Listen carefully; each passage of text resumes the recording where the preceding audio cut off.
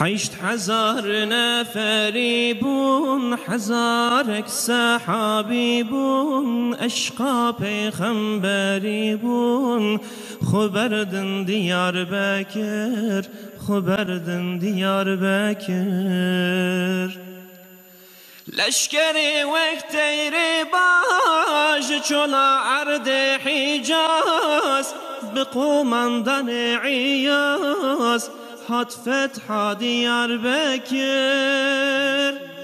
عیاز معاذ و سعید، خالد کره ولید، صبر کرن وان عاقید بر سرا دیار بکر.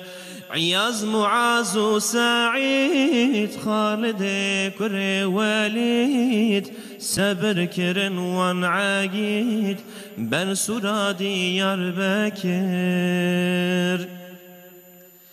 بر دست سبه دا ببن ترکا سور دا، کتن نوا باجار دا دست خستن دیار بکر.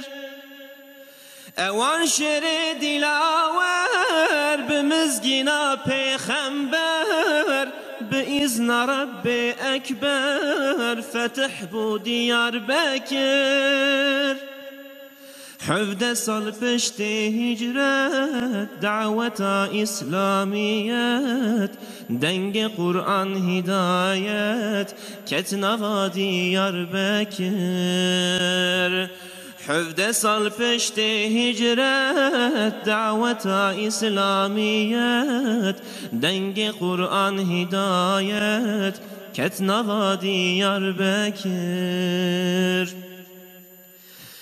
کره خالد سلیمان او 27 صحابان، شهید بوندان سر و جان بون شرفا اسلام. بوان شهید رحمت ریا حق و عدالت، دین اسلام برکت آوا بو دیار بکر. قل أهل مسلمان وان شهيد سحابان، جبرنا كنت زمان لائق وان بآميت. خدا يا حق فكر بإسلام مبارك كر، ملت جدل قبول كر ديار بكر آمد، ديار بكر آمد.